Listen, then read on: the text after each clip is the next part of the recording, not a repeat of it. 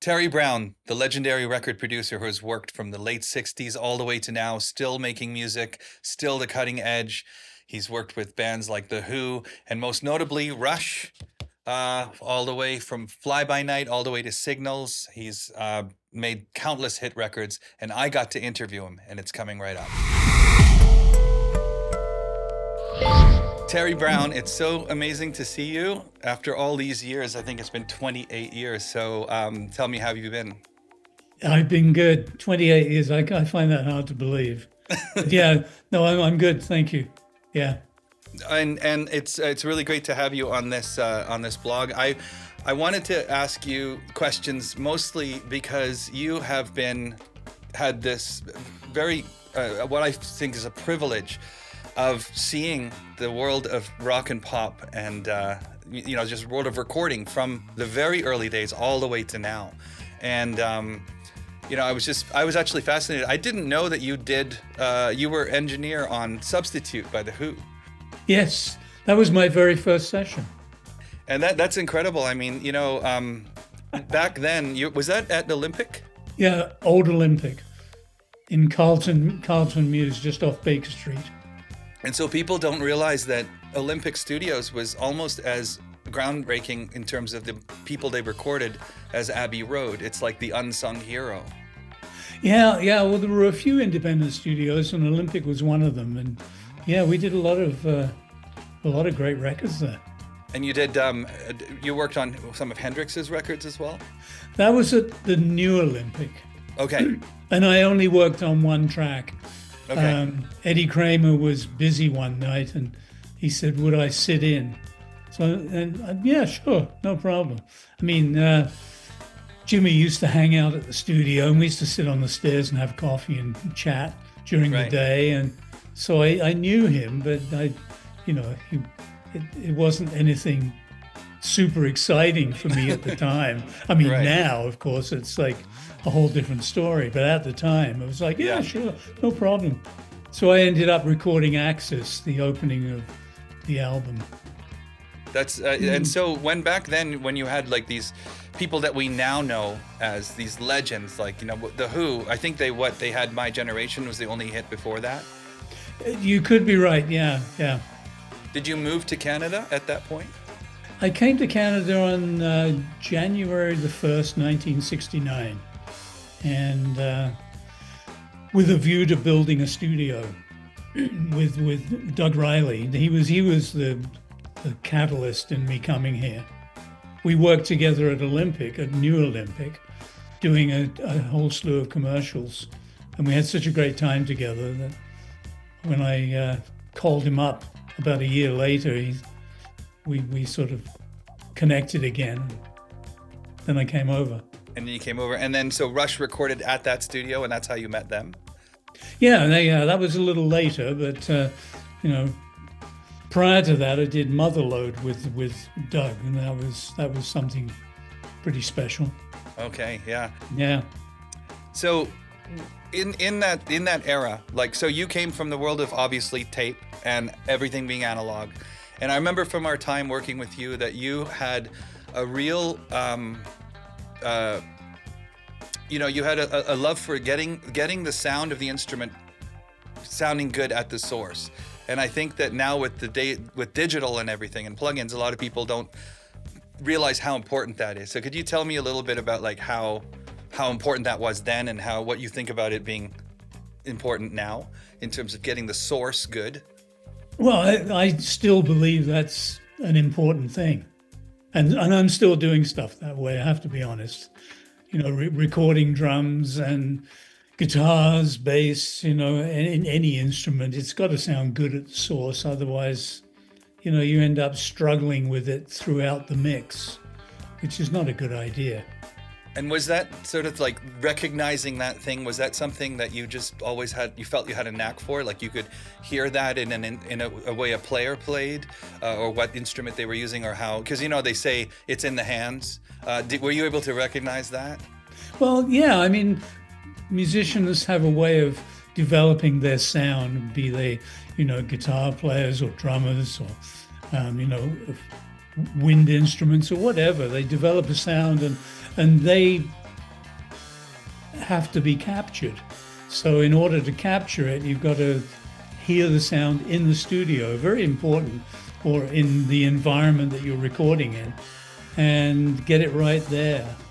And if it doesn't sound right, it needs fixing before you start recording. Otherwise, you'll never, you just go around in circles trying to fix it afterwards.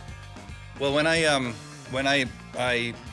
when we were working with you through Nick Eden in Cutting Crew and what ended up being Gritting Souls, I didn't realize in my mid-20s how much I was like, you would go and say, no, that's not the right snare.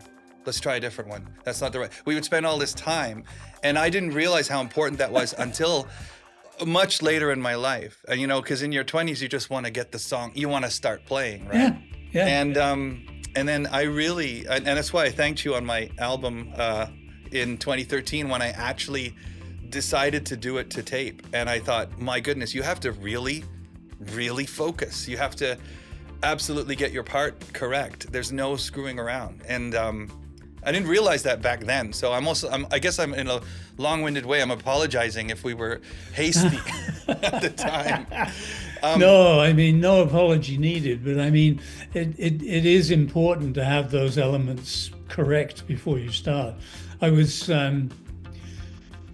thinking about that just the other day when I was recording Tiles about 15, actually must have been 15 years ago now. And the drummer, Pat, he had a good sound and we were getting a good drum sound, but his snare sound just didn't really do it for me. So I ended up getting a new snare for him from the local music store. I think it was a Vinnie Caliuta custom. And it sounded great, but Pat couldn't get his head around the fact that, that's not me, that's not my sound, which I understand. And, that does enter into it. It fascinates me how much, sometimes a musician will get lost in their own little world, and then a producer comes along and says, this is the song, I've got a big bird's eye view of this. I think we should, maybe we should try this or try that. And I've always felt like over the course of time of playing music that production is such an essential component. Like a lot of people say, it'll work just with the piano and the vocal. But then once you start putting all the layers on it, there's so many emotional variables that come into play with all the choices that a producer will make that it actually affects the song so greatly. It could make or break the song. And so, for sure. Yeah. Every time you put something new into the equation, it changes the way you hear the song. So when it came to these guys, Rush, how you were credited as being sometimes helping with arranging or even singing backing vocals and stuff like that. Like, how much time did they spend in the studio before jamming? Like, how much time did you give them to go work it out? Well, it varied. In the early days, we would have such a short window to record an album, like Fly By Night. It would be, I wouldn't have heard any of the tunes prior to them coming in because they were on such a tight schedule, touring and what have you. So they'd come in, I'd hear the tunes, we'd do pre-production in the studio, record the album and mix it in a maximum of 2 weeks. Wow. That's so, amazing. That was a different story. But then as later on in their career, they would work out things in sound check and be way, way more prepared. Right. And do demos, good demos too. Yeah. So I would get to hear them prior to going in the studio and be familiar with the songs. I want to play just the very beginning of Tom Sawyer for a second for you, just to ask you a question about it. The drums being so loud there, the snare is so present. Mean stride, today's Tom Sawyer, mean pride.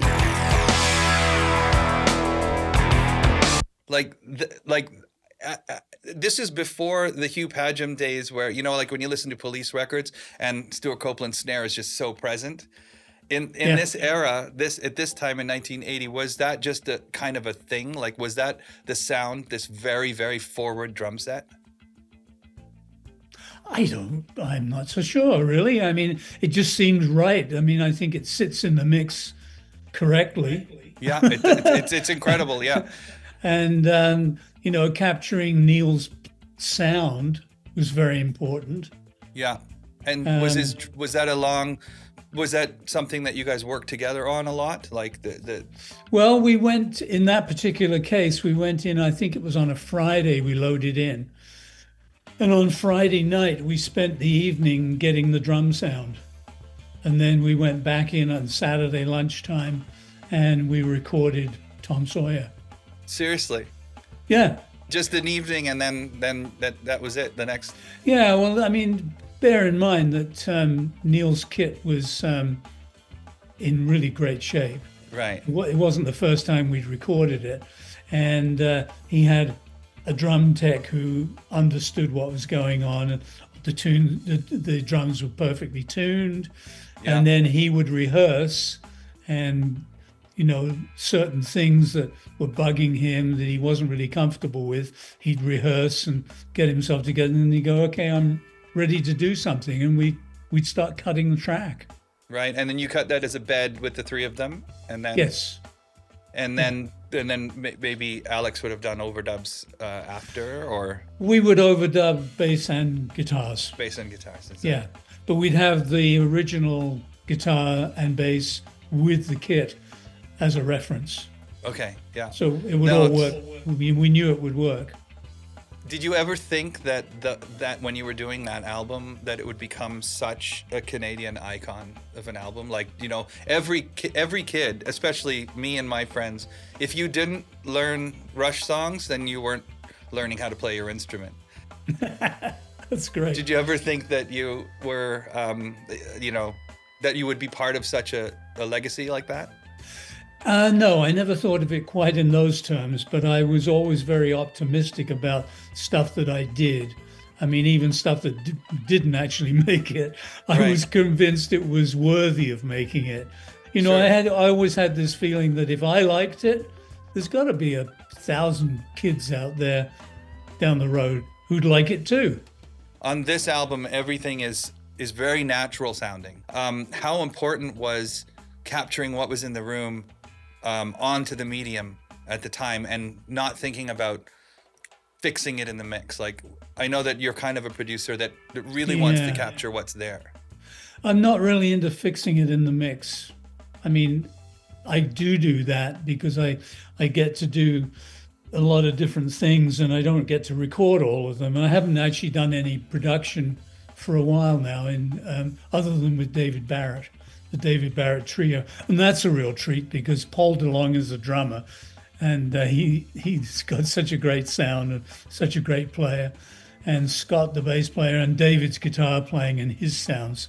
So that's really cool. But I don't like fixing things in the mix, especially if it's my own stuff. I'd like to be able to get the sounds off the floor.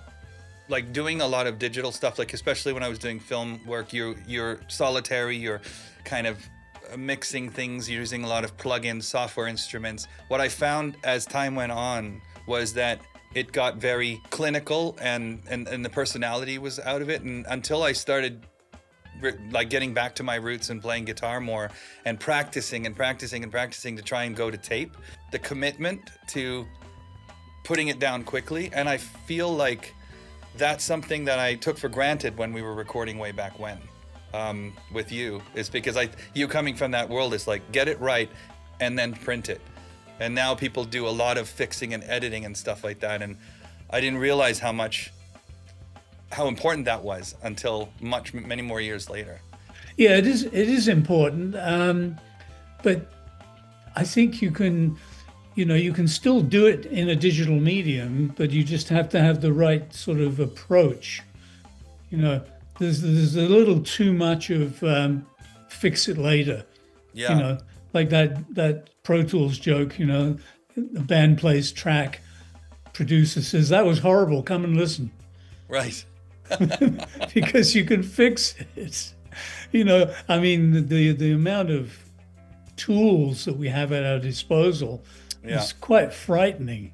Have you ever seen that video where there's an A&R guy or someone standing next to an engineer and he's sweating, and then the camera pans through the glass and the singer, it just sounds absolutely awful as it goes through the glass, and then it comes back in and it sounds absolutely perfect.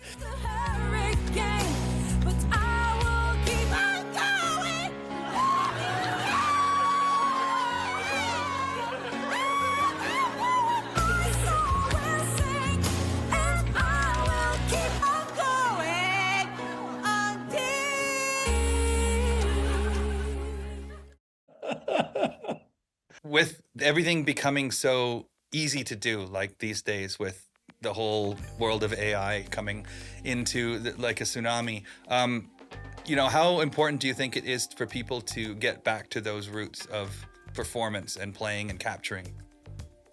Oh, I think it is. It's vitally important, and I think, when you look at the artists that are at the top of their game, they're really singing, they're really playing, and they're really doing it. Now they're using technology, no doubt about it. There's a lot of give and take. You've got to know what you're doing before you can do it. And I guess, did you feel that when computers came in, and quantizing and the digital world, like in the mid 80s, did you find that there was in the industry a lot of pushback as well at that time?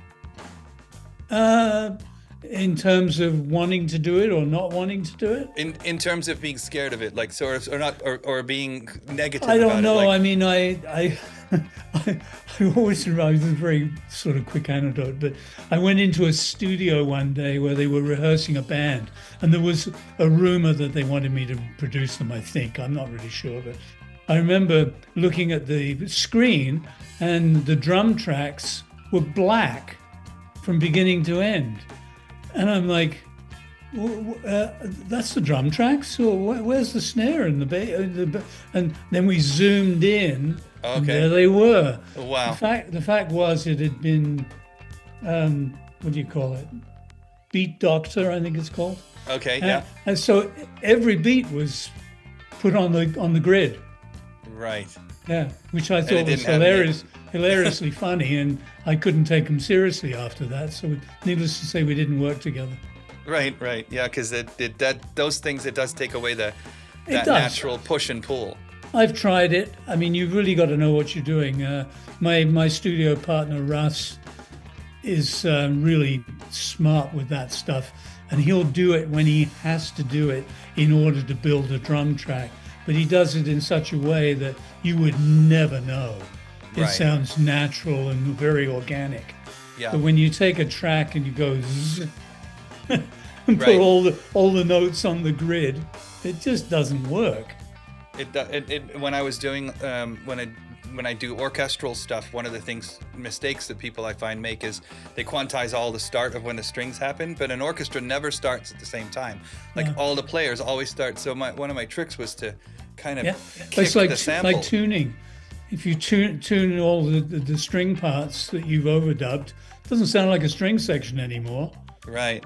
I learned that really quickly. It's like, oh yeah, we can tune that. It's like, oh, it sounds like two violins. Right. So some of the new technologies that have come out, like over the years, you've got software instruments. People are used to, new types of sounds, pedals, all of that stuff that musicians are kind of into. But in terms of production, there's been also a lot of other, groundbreaking things that have happened, like Dolby and whatever. And you have experience with Dolby Atmos. So tell me something about that. Well, I should clarify. Experience with Dolby Atmos is limited. We just mixed. Actually, it was last year. Now it was this time last year we started mixing. Let me see. It was the Grace Under Pressure tour that hit Maple Leaf Gardens in 1984. Okay. So we remixed the whole show in Dolby Atmos. So that was a real treat. Amazing. And since then we've been the software's been getting updated monthly, weekly. I mean, almost daily. It's crazy what's going on in that realm. Right. So I've now got to the point where I'm not doing any stereo mixing anymore. Oh wow, that's amazing. I've cut myself off. No more stereo mixing. So I'm doing it in Dolby Atmos, and then the fold down from the Dolby Atmos is the stereo mix. Okay. And we've got it down now. And Russ, my studio partner, he's done a lot of thorough examination of what's available, how to get things to work properly, and we've got it down really well now. So a listener will have to have a Dolby Atmos system to be able to render that in their space, right? To listen, yeah. But you can listen on a pair of headphones, and you can stream it off Apple and other streaming companies. But I have an Apple thing, so right. You probably can't unhear it. It's like it sounds better that way. Yeah. Like finding a fine wine or something. Yeah, exactly. But I still drink Plonk. Okay, so a track that every musician tried, and I was never successful in being able to play Alex's stuff on this, but is YYZ. So. Are you actually playing vinyl? I am.